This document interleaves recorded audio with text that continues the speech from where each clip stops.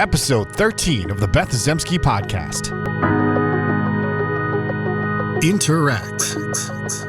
Interconnect. You're connected to the Beth Zemsky Podcast.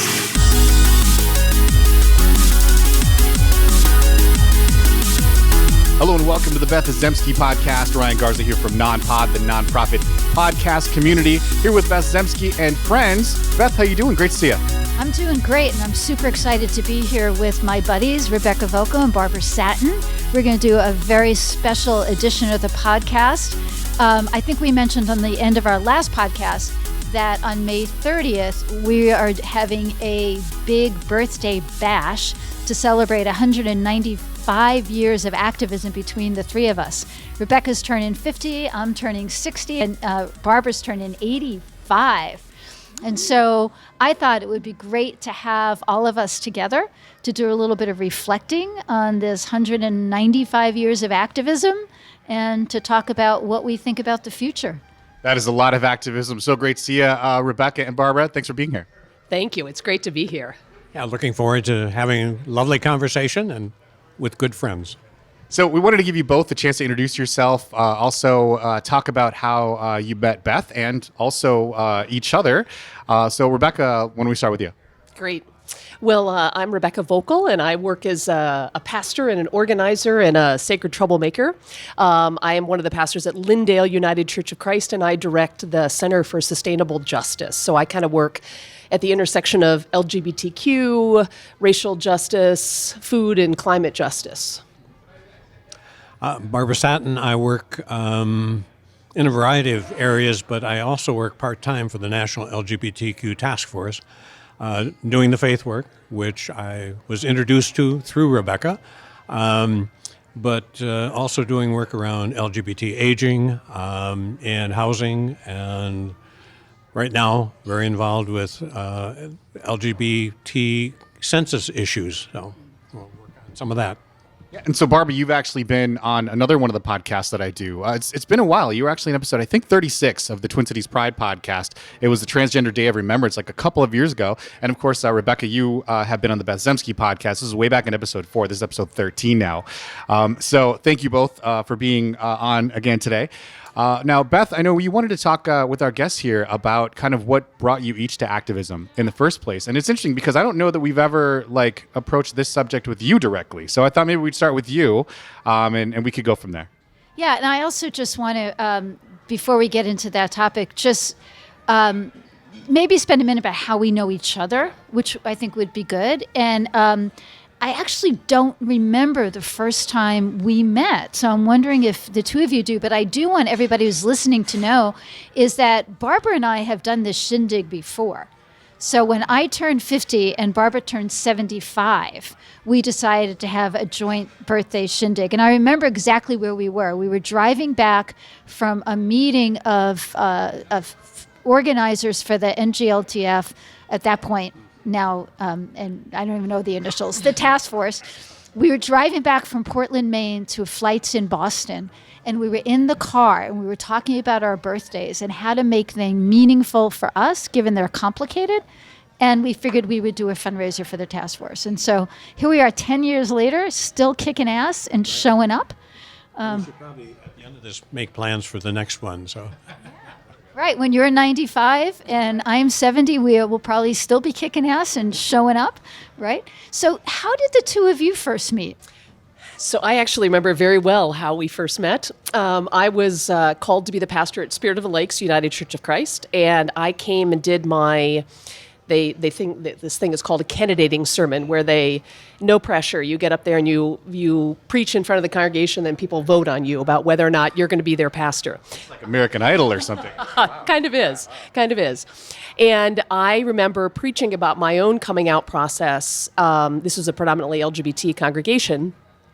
And I talked about saying that the coming out process for LGB folks, because I had done work around coming out processes for LGBT folks, I did not mention T folks. And Barbara came up afterwards and in her beautiful, typical way, gracefully said, I just want to challenge you on the fact that you did not talk about trans folks.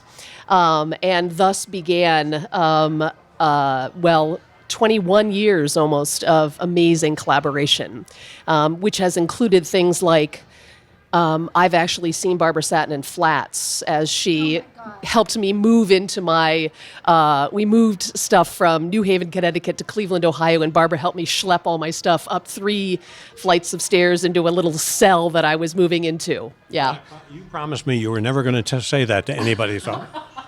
They say that's how you know who your true friends are, right? By who helps you move, right? That's right. Absolutely. In flats and not heels. Yeah. And Barbara, is that your recollection of how you guys met? Or? Absolutely. And it's just been this wonderful interrelationship, ebbs and flows of things that have happened in our lives that have just kept us connected and focused on a variety of directions and activisms. And I think what I said to Rebecca was, it was a lovely sermon, but I missed the fact that I wasn't in there at all. But it was good. And then Beth reached out to me and asked, I was newly basically out as a trans person, and asked, would I be willing to come to one of her classes at the University of Minnesota and make a presentation on what it means to be transgender. And I did, and it was a wonderful experience. And I have to say, both Beth and Rebecca have been responsible for so much of my activism. They sort of opened doors for me, and I was able to take the risk and go ahead, jump through them, and it's been just wonderful. But I owe a lot to them. And I think part of what I've learned about being an activist is that you have to understand the shoulders upon which you are standing. And Beth and Rebecca, although they don't have really broad shoulders, they have they have really strong shoulders that I've been able to hang on to. You know, there's something, you're right about that class, I think is when we first met. And there's something about the class, I don't know if I ever told you, but one of the students in the class was a guy named Jamie Nabozny that some folks are going to know because he was deeply traumatized and bullied in high school in Ashland, Wisconsin, and was the first gay person to sue a school district and win. And because of his trauma, he hadn't come back to school for a long time. And that class was his first class back in school, trying to get his bachelor's. And I'm wondering, I think Jamie listens, so if Jamie does, make sure I get this right. But Jamie talked later about how you being an older person and so proud being out was so important because he wasn't sure he was going to survive his youth. So, I mean, I think that's one of the other lessons I've learned over time is, you know, it's challenging at the ages we are to think of ourselves as role models. But I think that's an important thing, you know, for so many young queer folks or other folks who are marginalized not to know they're going to survive and see so many of us have and thrived. It's really powerful. Yeah, and so Beth, this isn't the first time that I've heard this several times now that you've inspired or influenced someone else's work in some way, and we have talked a little bit about your activism over the years throughout the podcast so far. Barbara talked about the importance of recognizing like those shoulders that you stand on. I don't know that we've ever talked about maybe some of the people who led you to activism, or maybe some of the shoulders that you feel like you stood upon to get to where you are now. Yeah, and I think it's important for us all to sort of think about that. So, you know, Rebecca heard me tell one story this week about what led me to activism. But, you know, one of the things I was reflecting on recently is, you know, the roles our family plays, for better or worse. So, you know, I grew up in this very spiritually and historically grounded Jewish family that really had a deep sense of what it meant to live into Tikkun Olam, repair the world. And, you know, how it was really our job to bring the fragments of God and godliness back together. We've talked about that a little bit on the podcast. But I haven't talked about my uncle. So I don't know if either one of you know this, but my mother's youngest brother, who was 6 when my parents got married, so there was like a 12, 13-year age difference between them. When I was growing up, he was my hero. like many heroes, they fall from grace, but that's besides the point. And we're still very close. But he was a member of the Socialist Workers' Party. And when I think I was 13 or 14, he took me to my first protest, which was a protest against the nuclear power plant on Long Island. And so he was not only protesting nuclear power, he was protesting worker treatment in the energy industry. So there was this connection between environmental issues, et cetera. And then sometime a year or two later, he disappeared because he crossed the border to evade the draft. And then you never knew when he was going to show up. So I'd come home from school and I'd find him swimming in the pool.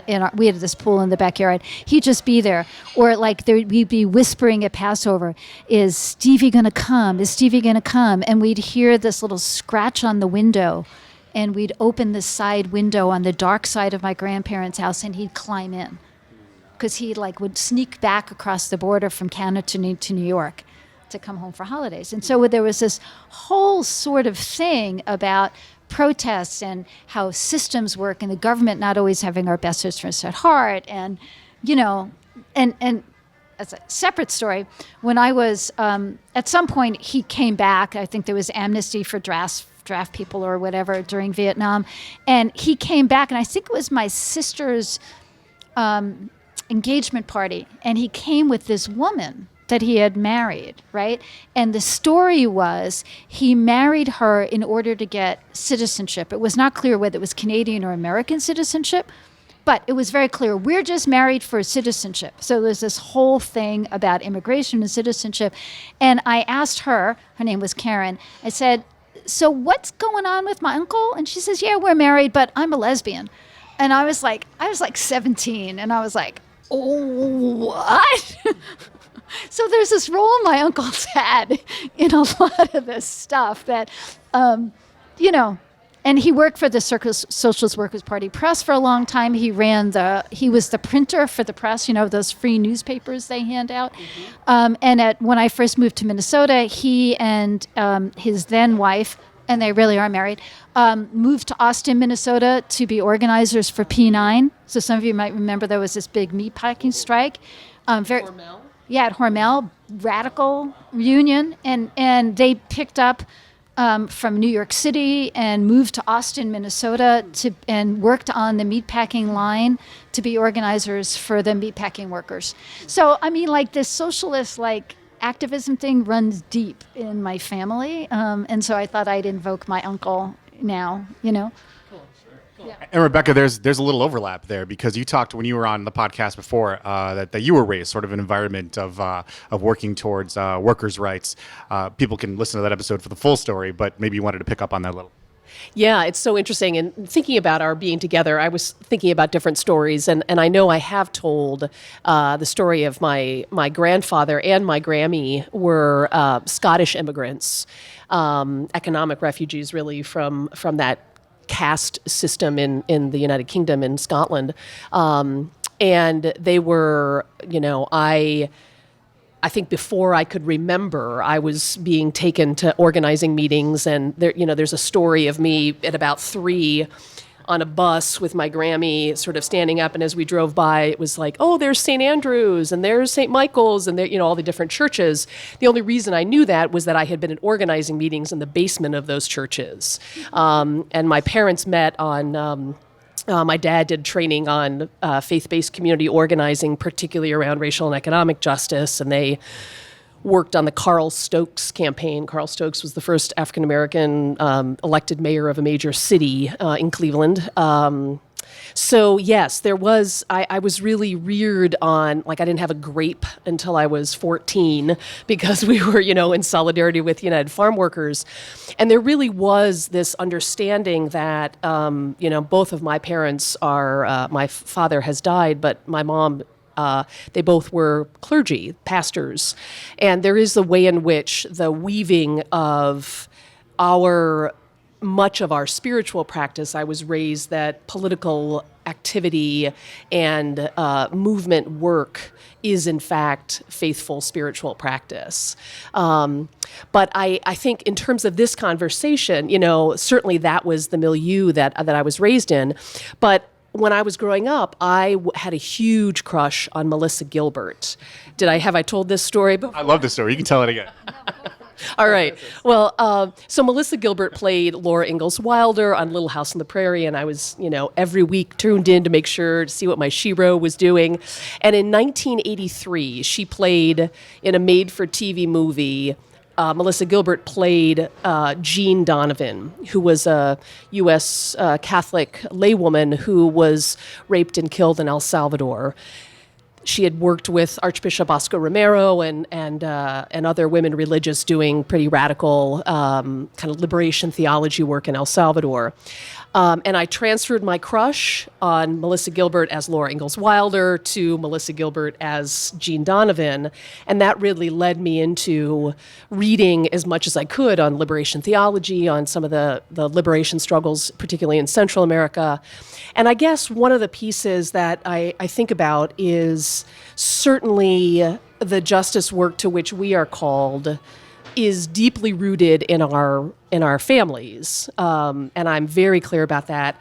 I'm also really clear about my passion and desire for connection, that crush. It also led me into a crush and a desire to know what was important to the person that I had this crush on. And so the way in which passion and that desire for connectedness is so deeply connected to the justice work. And so that's one of the lessons that I've been really reflecting on. And Barbara, after your decades of service, I would imagine that there are a number of people who've influenced your work along the way. The other thing to pick up on what Rebecca said about passion, every time your name comes up in any conversation, they talk about the passion that you have for this work that you do. But I would imagine there are some people along the way that you'd like to recognize too. Oh, there are.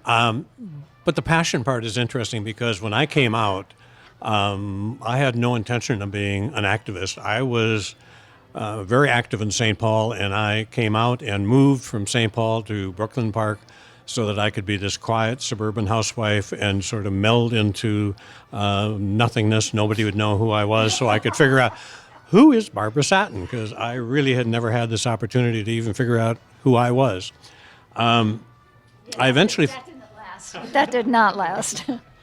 And part of it was I also gave up, walked away from my connection to my church, thinking that I grew up Roman Catholic, and there was really no place for women in the Catholic Church ministry, and probably no place at all for a trans woman.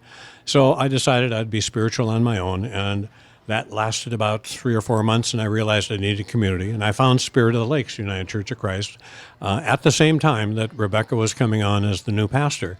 And we've already talked a little bit about our connection around that.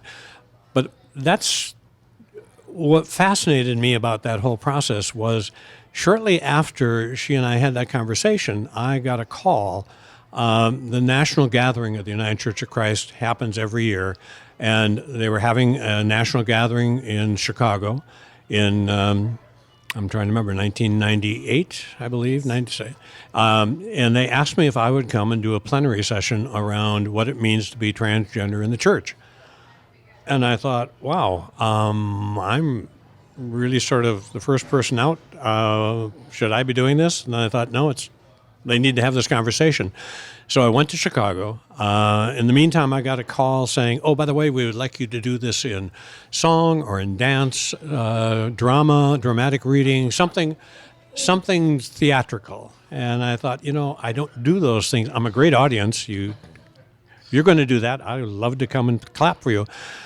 But I thought, again, it was too important. I'd figure out something. So I came on stage as my guy self, David, and began telling my story. And as I told my story, I had my makeup kit with me, and I began making up as a woman. And I was wearing a black terry cloth robe. At the end of the story of my life's journey, I dropped the robe, and I had a wig. I wasn't wearing my hair long at the time, and introduced them to Barbara Satin. And I still hear about it. People saying, "Oh, I was there. I still remember it." But the most important part of that took place 6 months later, back here in the Twin Cities. We had a pre-Thanksgiving gathering of a number of churches. A woman came up to me and she said, "I have to talk to you because you changed my life. I was in Chicago and I saw you." We moved aside and she said, "My father is a cross-dresser and I had cut off relationship with him. I wanted nothing to do with that in my life." And she said, "I watched you on stage in Chicago." And I thought, that is my dad. And she came back to the Twin Cities, connected with her dad, and they still are. They still were in town just recently, still are connected.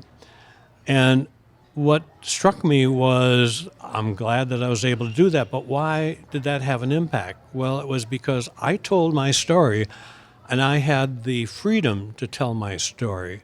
And so many of my trans brothers and sisters don't have that opportunity, don't have that freedom. They're fearful of what telling their stories. And as somebody has more recently spoken from the stage of Creating Change, saying, our silence is killing us. We need to tell our stories. And so my activism basically was built around that and the idea that I need to have a ministry of presence. I need to be everywhere where people might have an opportunity to see a trans person and never have had an opportunity. And I take great pride in being able to. I hear people call me an icon in the community, but it's more that I'm just this person that always shows up. And I think it's important that we do that and be able to tell our stories. The one piece that I have heard you say that you didn't realize at the time, I happened to be there, and when you came out and you did your transition on stage, she was actually had her mirror and her makeup on the altar. And the fact that there was that communion, that the transition was a moment of communion was extremely the level of telling our stories with authenticity and how that is sacramental, I think is hugely important. And I would just say one more thing, and that is that the future president of the United Church of Christ was also in the room at the time, and Barbara ended up on the executive council of the denomination, and the impact of the connection between authentic storytelling and the ability and the relationship that is built around that, and the way in which that leads to being able to have access to systems and do transformational work, I don't think can be overestimated. Can I also say something on the fun side around that? When I was invited to join the executive council, I went to my first executive council meeting, and as I was walking through the door at 700 Prospect in Cleveland, Vatican City, UCC, I realized that I had not been in front of a non-LGBT group before, and I was wondering how I was going to be treated. And the woman who was moderating the session took time out and she said, "I want to introduce you to one of our newest members, Barbara Satin." Which I couldn't have asked for a better introduction because everybody just roared. So it was fun.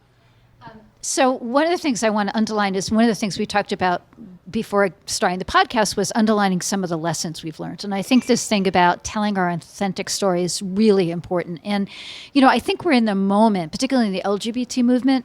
Barbara was talking earlier before we started recording about a generation of folks who would have grown up with protections, right? And constantly we're getting pushback. Like just this week, there's pushback in Texas about which we can get into later. But Nadine Smith is the executive director of Equality Florida. And she said something at a Creating Change a while ago when we were starting to, just as we were beginning the marriage campaign. And she said, we don't tell our authentic stories. We tell our stories as stories of celebration and survival. We don't always tell our stories about the passages of pain, rejection, right? And so we tell our stories partly because we want our loved ones to know we're okay, that we made it through. But what that happens is that people who are not living our lives think that it's easy. We woke up one day, we figured out we were queer or whatever our identities are. We told some people, we got celebrated. Look how great our lives are. Because we want people who love us to know we're okay, but we're leaving out the other part of the story about all the hardships, all the pains, the times we've been discriminated, the ways our lives are constantly impacted, probably because it's sometimes hard for us to deal with that. But what it means is people don't know the reality of our lives. And so our authentic story, I think, is a complete package, you know? And every time I hear you tell that UCC story, I still get chills. So I appreciate you telling it again on the podcast. Yeah, you know, Beth, I'm glad you said that too, because I wanted to pick up on something Barbara said too. So as much as we tend to credit the people who we look up to, you know, Dr. So-and-so with a PhD or fellow from whatever, I've had the incredible opportunity through doing this to talk to a lot of activists and educators and people who have made an impact in their respective communities. And they all say the same thing. It's as much about being inspired by the people who maybe brought them to activism or inspired their work, as it is being inspired by the people who are impacted by their work, right? So like those moments where, like you said, Barbara, someone approaches you just out of the blue, just, you know, quote unquote, one of the little people just that was there, right? That says your work or your story, your experience has impacted me in XYZ way. And those moments that they never forget. And those tend to be the things that people that are out there working in the areas that you all are tend to remember. Yeah, you know, that's so interesting because I was thinking about that this week for various reasons. And what I was thinking about was, you know, the people who really impacted me, but, you know, maybe I've had some impact. So let me back up and just say, for those of you who are listening, I don't even know if I've really said that much about how much the HIV movement has impacted. And as we head into this birthday thing, my colleagues and friends here know how complicated my birthday is because my twin brother, Bob, died of HIV when we were 31. So as I head into my 60s, I've almost lived twice as long as he did, which it took me many years to get over survival guilt. But one of the things I was thinking about this week is when he was in St. Vincent Hospital in New York, and in the late 80s, because he died on September 1st, 1990, how much time I spent with those men, many of whom were men who had sex with men, some of whom were IV drug users, many of them were folks of color who had no family, and all of us who were in those waiting rooms then went into everybody's room. I'm going out for lunch. What do you need? And sat with them and heard their stories and the kinds of lives they wanted to live, but felt like they weren't going to get to. And so there's, and I think I mentioned this podcast before, but there's a special spiritual role in Judaism for people who are a witness. It's called an Edah. And it's a special spiritual role. So even if you can't do anything, being a witness to people's struggles, to their authentic stories, to their hopes and dreams that might be disrupted by systems of oppression, or in this case, HIV and systems of oppression. So I feel like part of, it's not just my brother's life, but I feel like I carry these stories of these mostly men whose lives were cut short by a really uncaring government, and their lives didn't matter to folks. And so as I enter this birthday, that's complicated because I've gotten all these years without him. I also think about all these other people, and I can see their faces, I can feel their hands in mine, about what that really means. And my brother lived on sort of by the river in the West Village. So every night I'd leave St. Vincent's Hospital and I'd walk the streets in the West Village because I kind of moved in for a while as I was taking care of him, because it was during that time when people didn't really want to touch people with AIDS, even though St. Vincent's was so good. And I'd walk right by the LGBT community center. So many nights I would walk in the early days of ACT UP, when there were 100 people in that big room downstairs in the LGBT Community Center in New York City, and I'd sit in the back, partly because I was exhausted, and just be there as people were trying to figure out what did it mean to have a movement to save our lives. And there were so many nights when there were, rail thin young gay men, who would take the mic and say, I think this might be the last time I'm going to be able to be here, because they were dying. And here's what I hope for this movement. So that's part of what, as I enter my 60s, I really carry with me are all of those stories, some of which are echoes, but, they're in my body in a way. So that's actually a great place to take a break. We've talked a little bit about who we are and kind of what brought us to where we are. I thought when we come back, we'll talk a little bit about what each of us are doing now, right? And sort of the systems of oppression we're working against, the things we're working towards, and also kind of maybe talk a little bit about our thoughts of the future of the progressive movement. So thanks for listening to the Beth Zemsky Podcast. We'll be right back.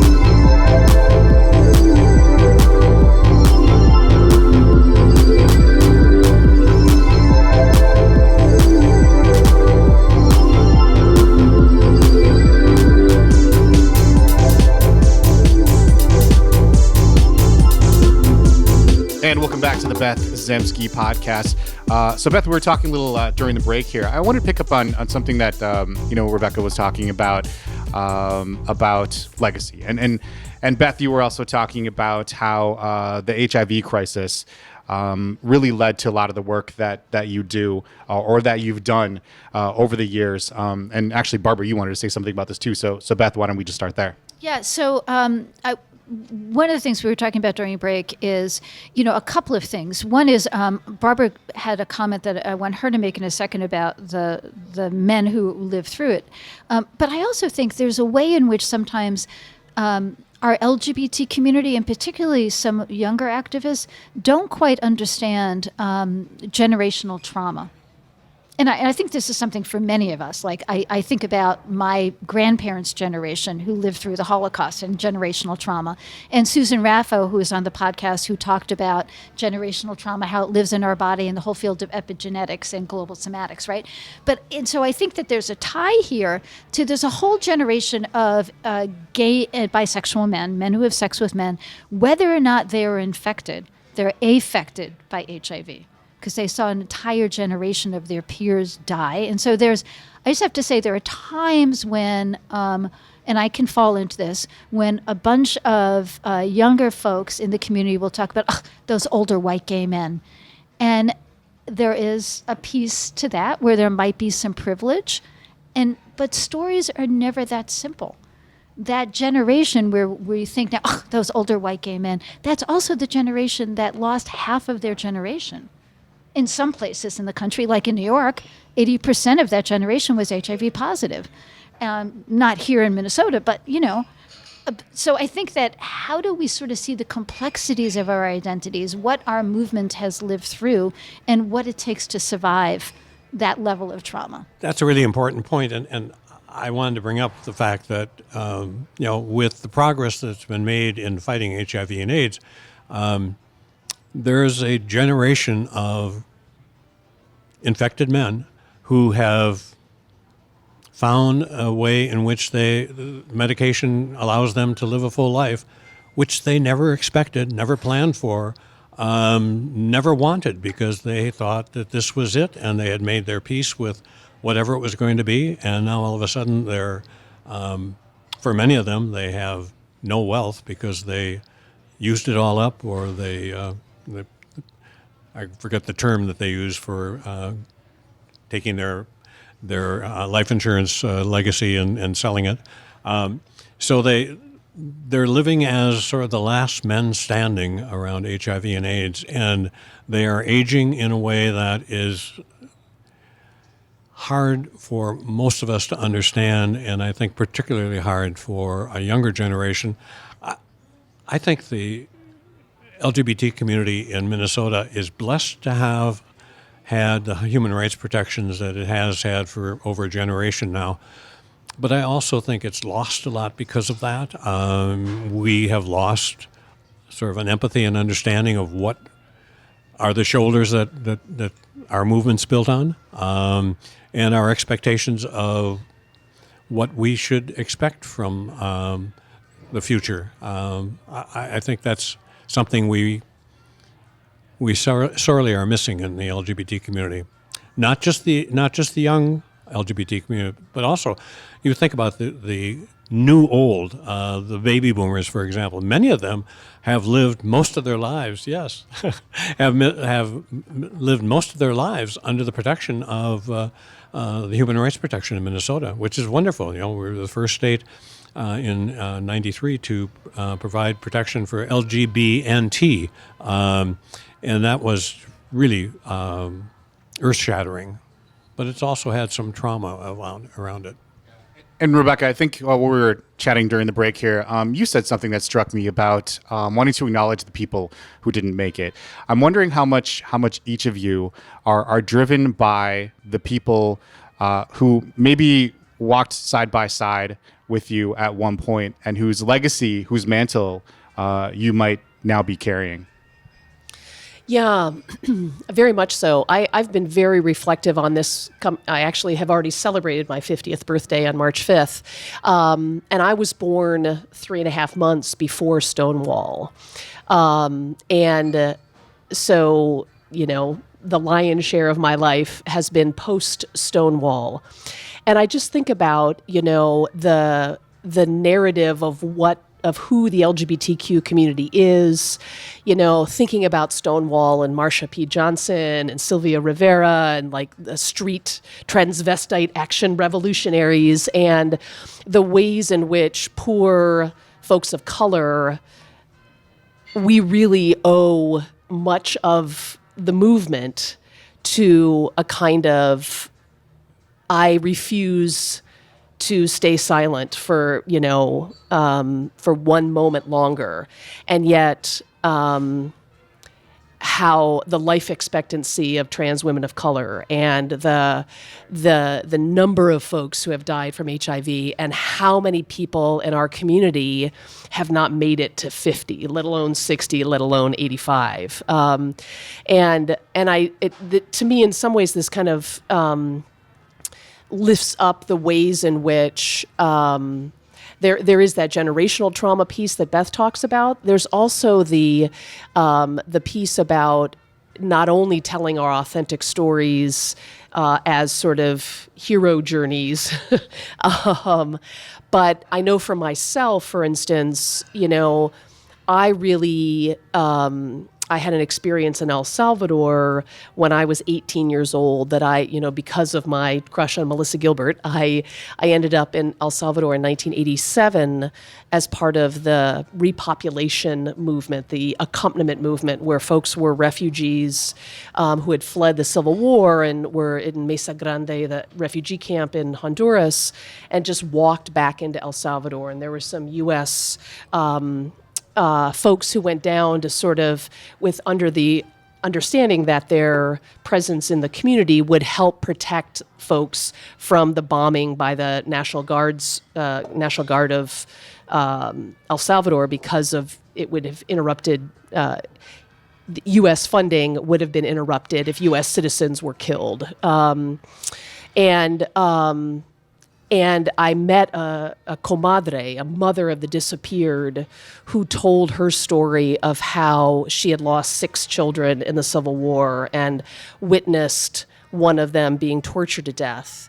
And when I asked her how in the world did she survive that, she told me a story that that because of her faith made her fearless, and her fearlessness made her powerful. And she described how the power of her faith, her faith was necessary for her survival. And I came home from that. I did some healing work around being a survivor of sexual violence. I did my own coming out process. And I really owe my coming out process to her witness in my life. And the ways in which how is it that we, as we think about the work that we are doing, how is it that we are, for me, how is it that the work that I'm doing honors that gift, honors that witness, So that's been hugely impactful in terms of my life, of the kind of work that I've been called to. So I want to pick up on that because I think that as I think about, what might we have at our ages to pass on, to think about these early experiences, and all three of us had an arc of activism, but how has these early experiences impacted what we're doing now, and how do we carry this stuff forward? Rebecca, do you just want to pick up on that? Can you do that? Yeah, absolutely. I think about there are the kinds of sort of how I do the activism, and that story of that Salvadoran woman and the liberation, the Latin American liberation struggle, and my own experience of being a survivor and being queer. There is a way in which my story is so intersectional. I can't divorce the kind of economic, foreign policy, racial justice work from the survivor work, from the queer work. Like in my own life, it is intertwined in such a way. So part of the piece of those early experiences taught me sort of in my body and my heart lessons around intersectionality, if you want to use that sort of wonky term.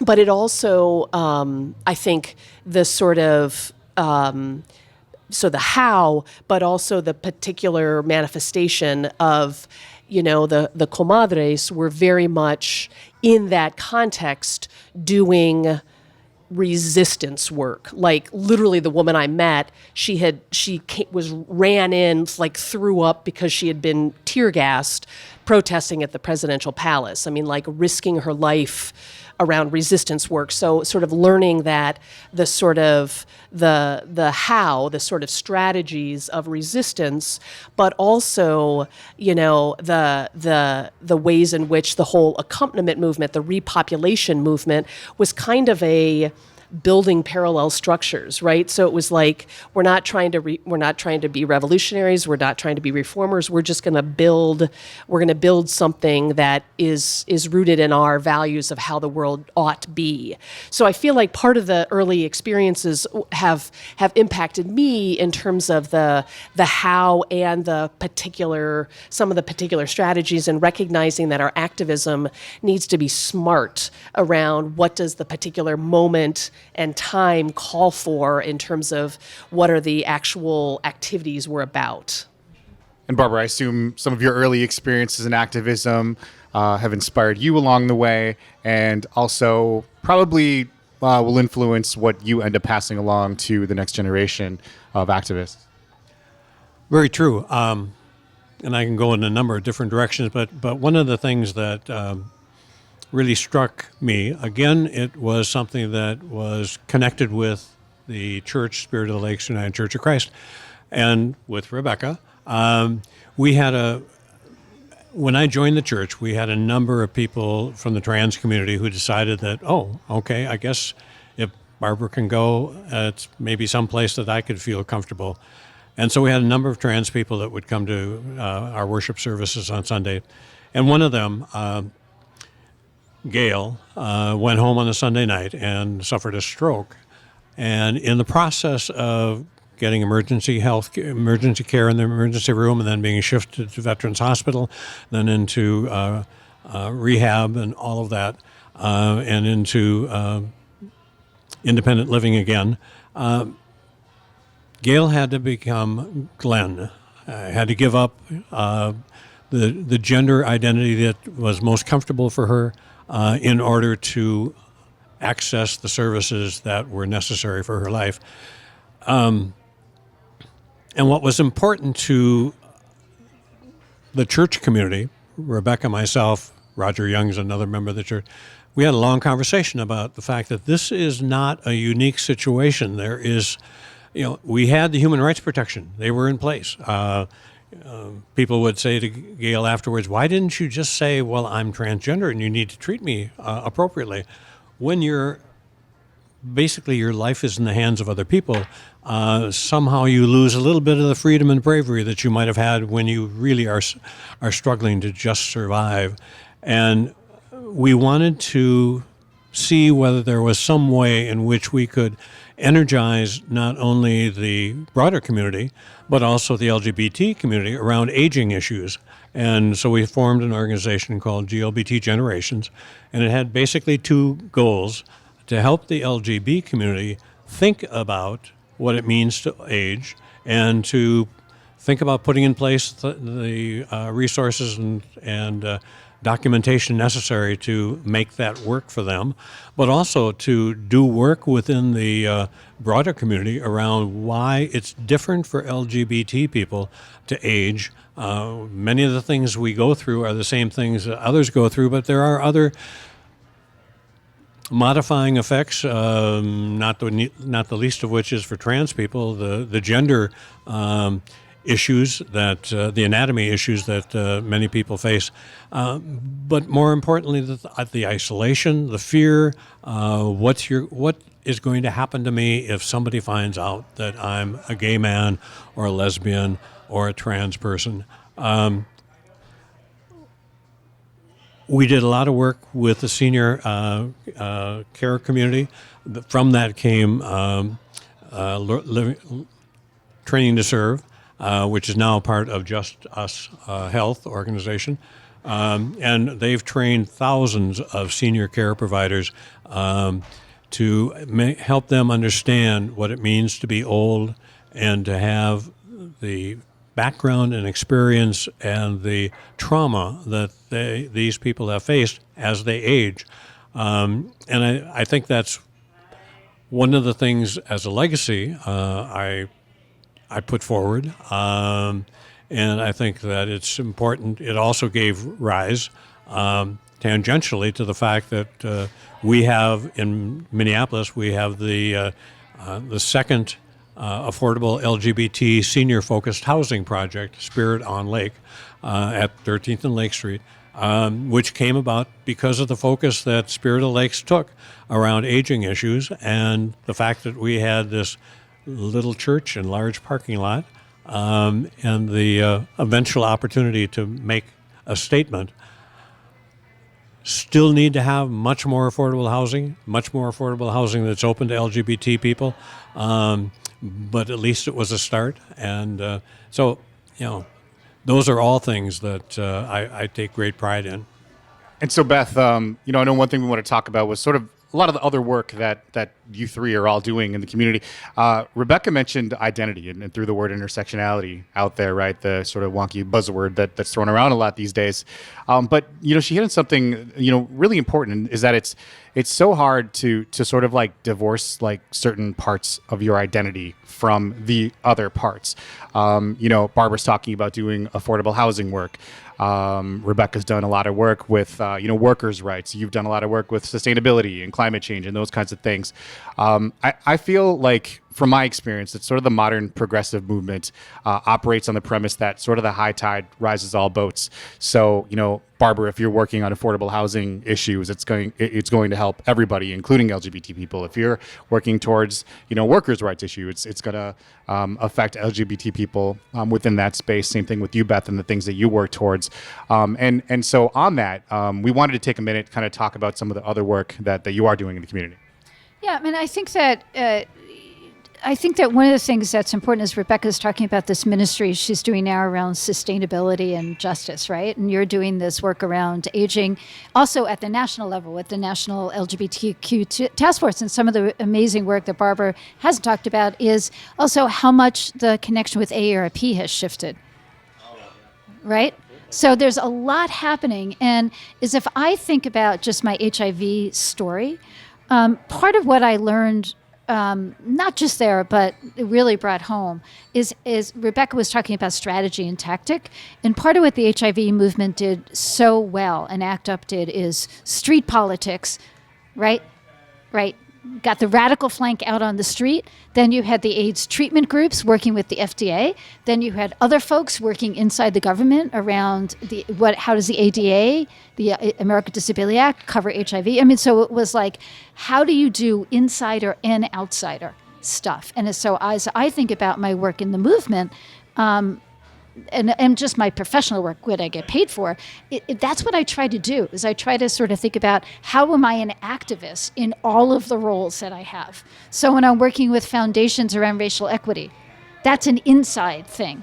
But then how in that work do I help them connect to movement, right? When I'm doing movement work, how do I help them understand the institutionalization of what they want to do, right? So I think about it less in terms of issues and more in terms of like, how do I show up to try to make those sort of connections across community, across bodies, across institutions and organizations, and to try to think about, let's not silo around issues or the place we do our activism, but to see is this all connected. And I know, so Barbara mentioned a little bit about the legacy that she wants to leave behind. And as we're starting to wrap up here, maybe Rebecca, you could talk a little bit about what maybe you see your legacy being and what you feel like you want to pass along most to this next generation of activists. Such a great question. In the last number of years, I had a very powerful experience where a Ho-Chunk woman, Reverend Marlene Helgamo, invited me to be present as a witness, speaking of witness, as a non-native witness at Standing Rock. And I ended up being at Standing Rock on 3 different occasions during that fall of 2016. And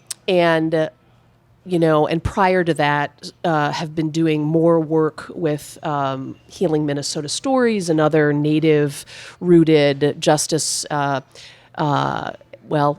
actually storytelling and place-based storytelling organizations. Again, that connection between narrative and justice work.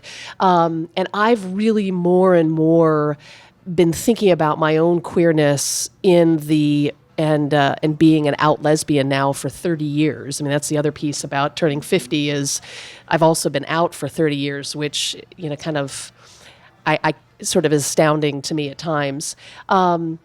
Is really understanding the historical systems of oppression and the ways in which the colonization of this country and the connection between indigenous genocide and slavery of Africans, that there is a particular kind of Christianity that was rooted in. Some people call it empire Christianity, but that with it came a particular, so that is all rooted in these colonizing binaries, if you will, of sort of dominance and submission, of right and wrong, of black and white, and it was also.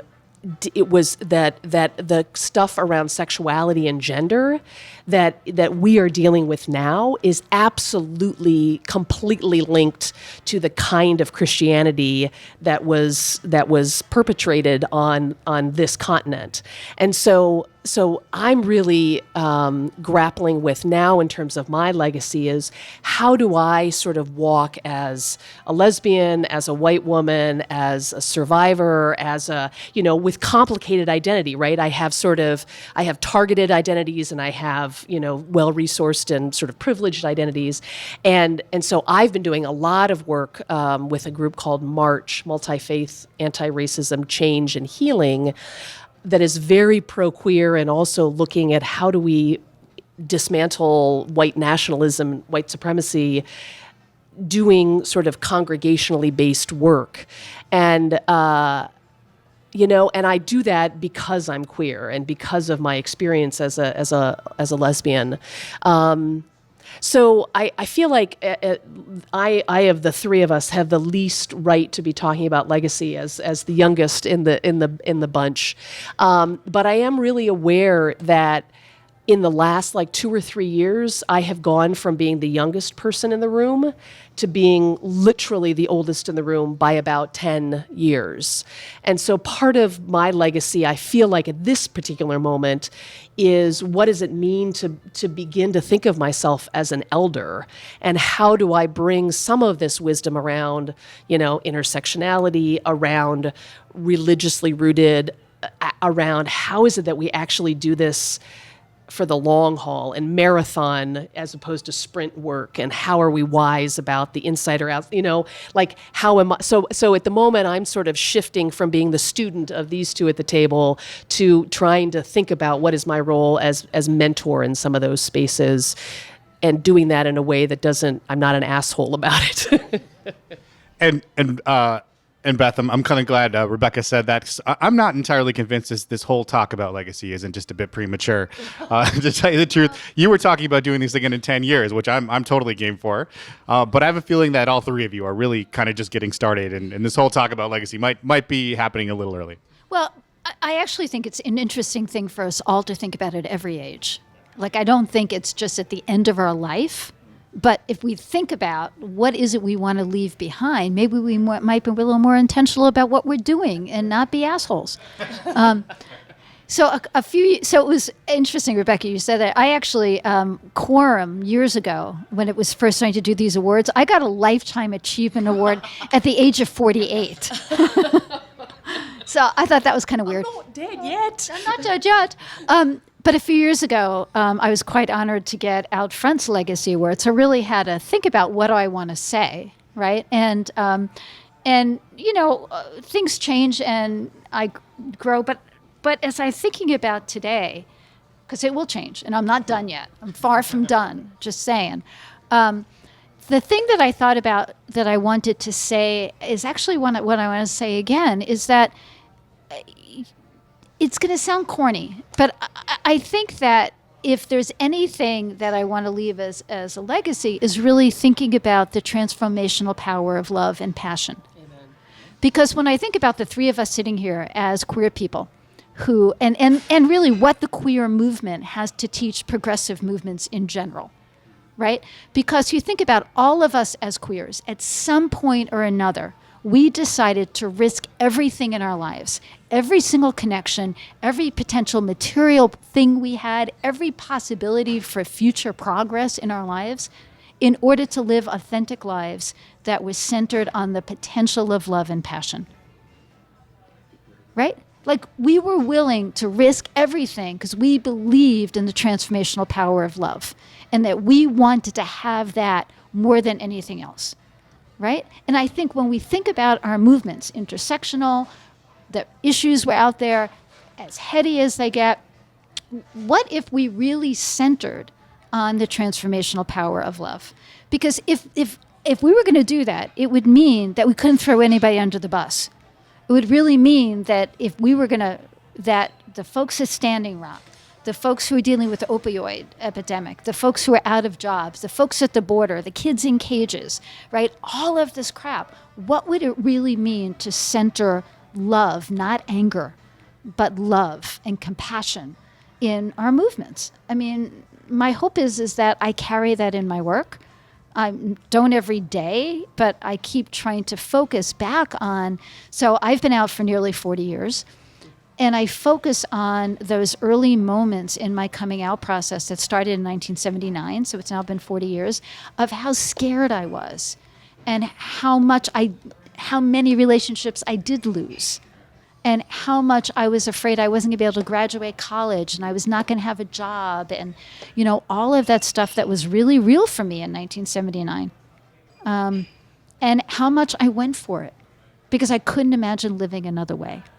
So what would it mean if we all went for it? Because we couldn't imagine living another way with a world with this much injustice where we didn't show up with love and the belief it could be possible to do something different.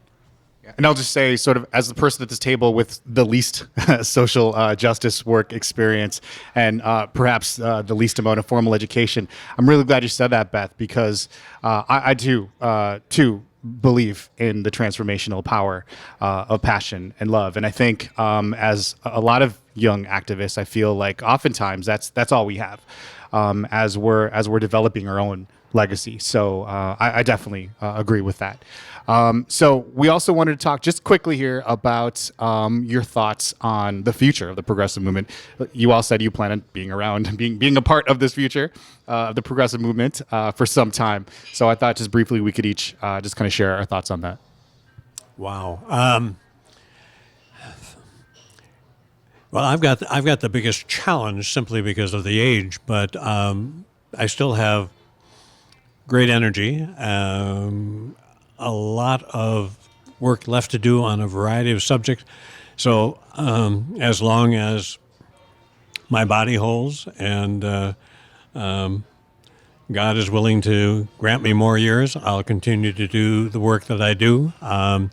Right now, my focus is still on faith and aging, but also we're coming up to the 2020 census, and one of my roles within the LGBT community is to try and get people to understand that the census is not just a statistical document, it's a moral document.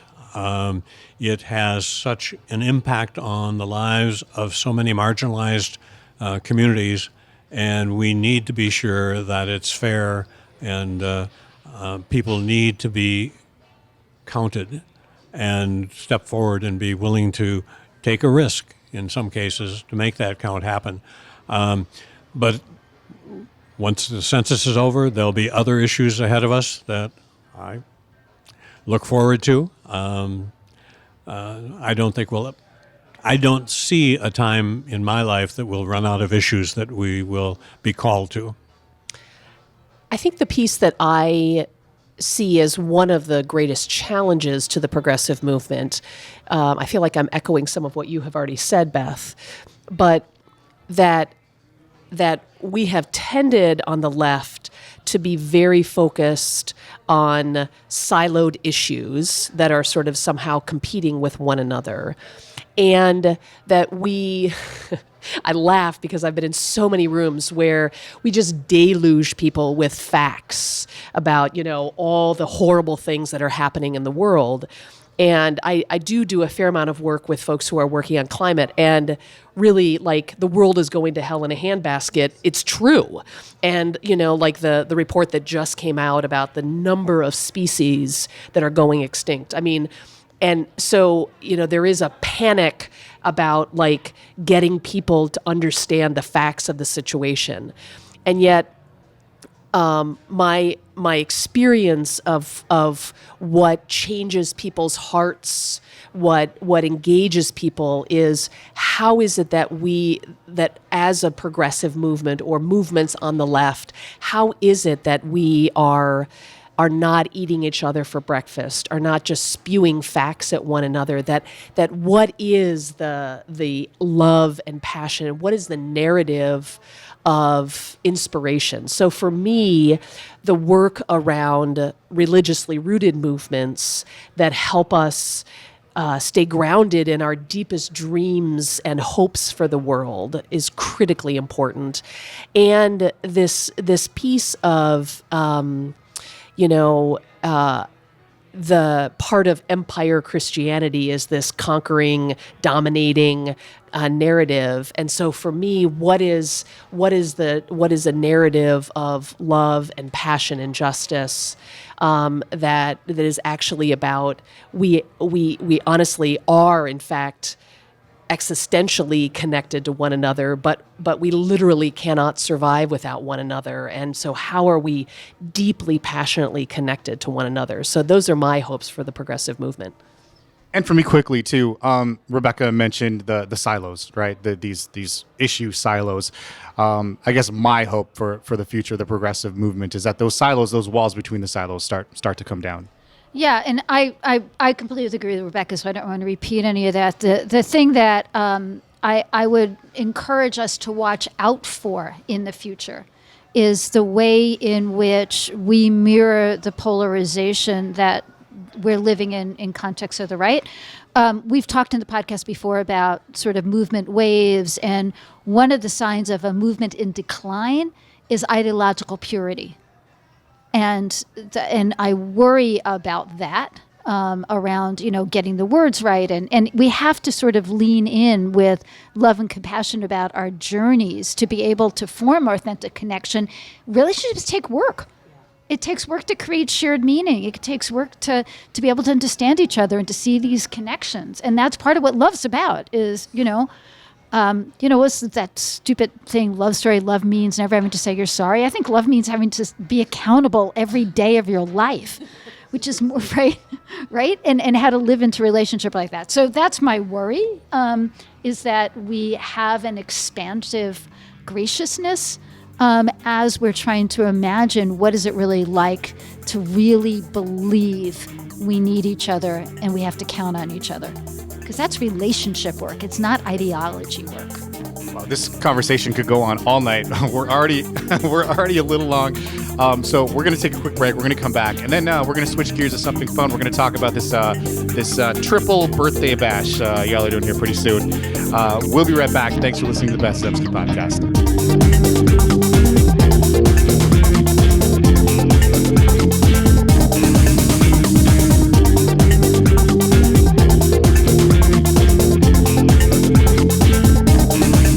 And welcome back to the Beth Zemsky Podcast. So, Beth, we wanted to talk about this party, which isn't just a party, actually. It's a big fundraiser for the task force that you mentioned earlier.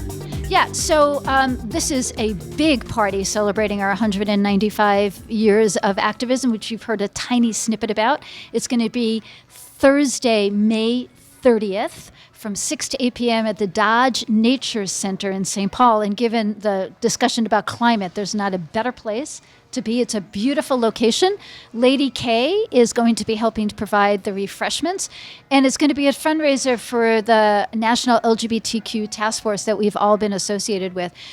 So I want to say a little bit about our connection to the task force, but before I do that, I just want to say how countercultural it is for 3 female-identified folks to be celebrating aging, right?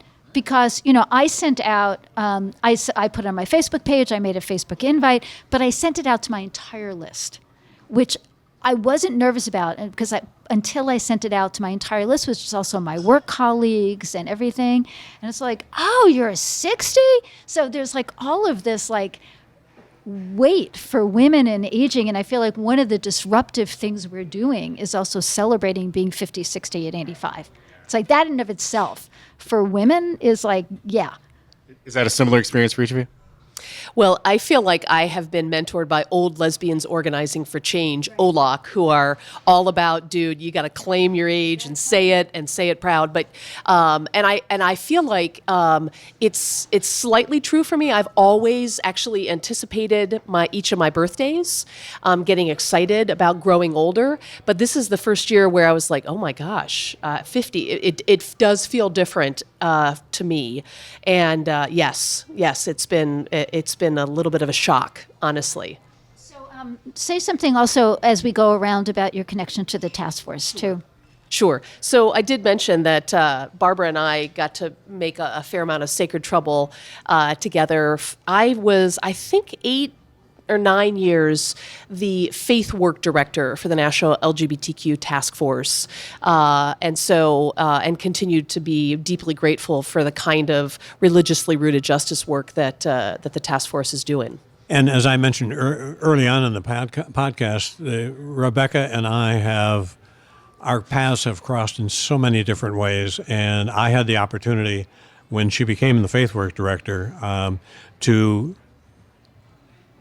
come on as a faith work associate, and then eventually I'm the assistant faith work director at the task force currently.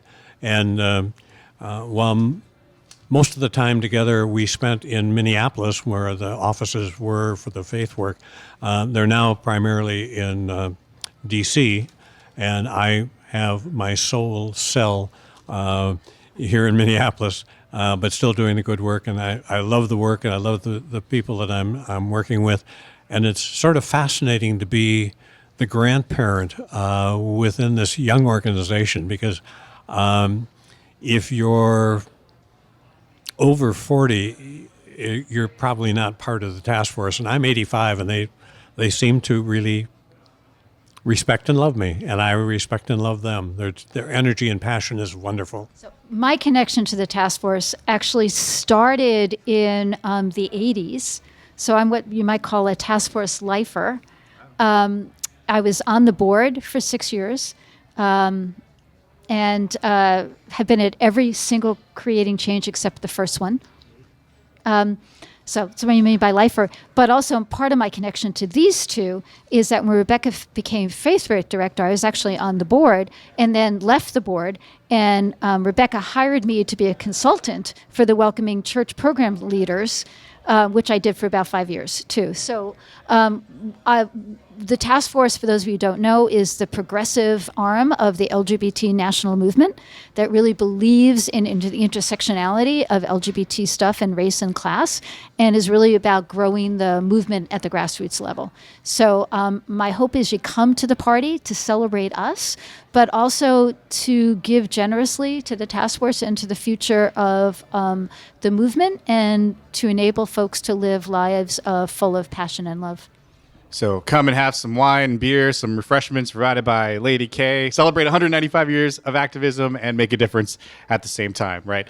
Amen. So thank you so much, all of you. It has really been an honor to be here to talk to all of you today. Congratulations on that collective 195 years of service and activism, and I'm really excited for the things that you guys are going to do in the future.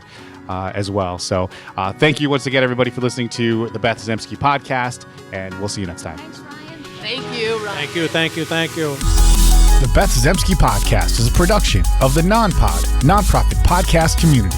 Subscribe now on iTunes, on Android, or by email at bethzemskypodcast.com.